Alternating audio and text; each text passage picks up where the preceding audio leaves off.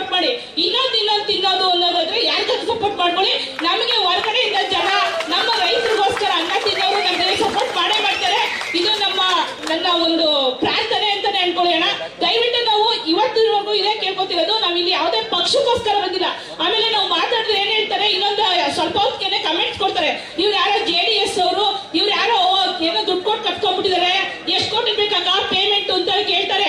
ನಾವು ಪೇಮೆಂಟ್ ಕೊಟ್ಟು ಬಂದಿರೋಲ್ಲ, ಪೇಮೆಂಟ್ ನಾವೇ ಕೊಡ್ತೀವಿ. ನಮ್ ರೈತರೇ ಅನ್ನ ಹಾಕ್ತಿದೀವಿ ಅಂದ್ರೆ ಅದಕ್ಕಿಂತ ಇನ್ನೊಂದಿಲ್ಲ. ದಯವಿಟ್ಟು ಇದನ್ನ ಹಿಂದಕ್ಕೆ ತಗೊಳ್ಳಿ. ಯಾರನ್ನು ಪೇಮೆಂಟ್ JDS ತರ ಬಂದಿಲ್ಲ, ಒಬ್ಬ ರೈತರಿಗೋಸ್ಕರ ಅವ್ರು ಬಂದಿದ್ದಾರೆ, ಅವ್ರ ಸಪೋರ್ಟ್. ಇವತ್ತು ಕೂಡ DK ಶಿವಕುಮಾರ್ ಕೂಡ ಬರ್ಲಿ, ಅವ್ರಿಗೂ ಕೂಡ ನಾವು ಆಹ್ವಾನ ಕೊಟ್ಟಿದೀವಿ. ರೈತರ ಪರವಾಗಿ ಅವ್ರಿಗೂ ಬಂದ್ರೆ ಅವ್ರಿಗೂ ಸ್ವಾಗತ ಕೊಡ್ತೀವಿ. ನಮ್ಗೆ ಎಲ್ಲರೂ ಒಂದೇ, ರೈತರಿಗೋಸ್ಕರ ಬಂದಾಗ ನಾವು ಪಕ್ಷ ನೋಡ್ತಿಲ್ಲ. ದಯವಿಟ್ಟು ಪಕ್ಷ ಅಂತ ನಮ್ಮ ರೈತರಿಗೆ ಹಣೆ ಪಟ್ಟಿ ಕಟ್ಟಿ ನಮ್ಗೆ ಅವಮಾನ ಮಾಡಬೇಡಿ. ದಯವಿಟ್ಟು ಕೇಳ್ಕೊತಾ ಇದೀನಿ, ಎಲ್ಲರೂ ಅಷ್ಟೇನೆ, ನಮ್ ಪರ ಇರೋರೇ ಆಗ್ಲಿ ವಿರೋಧ ಇರೋರೇ ಆಗ್ಲಿ, ದಯವಿಟ್ಟು ಜಮೀನ್ ಉಳಿಸ್ಕೊಳ್ಳಿ. ಇವತ್ತಿಂದ ನೋಡ್ಬೇಡಿ, ನಿಮ್ ಮಕ್ಳು ಮೊಮ್ಮಕ್ಕಳಿಂದ ಮುಂದಕ್ಕೆ ಯೋಚನೆ ಮಾಡಿ. ಎಲ್ಲರೂ ಜಮೀನ್ ಉಳಿಸ್ಕೊಳ್ಳೋಣ.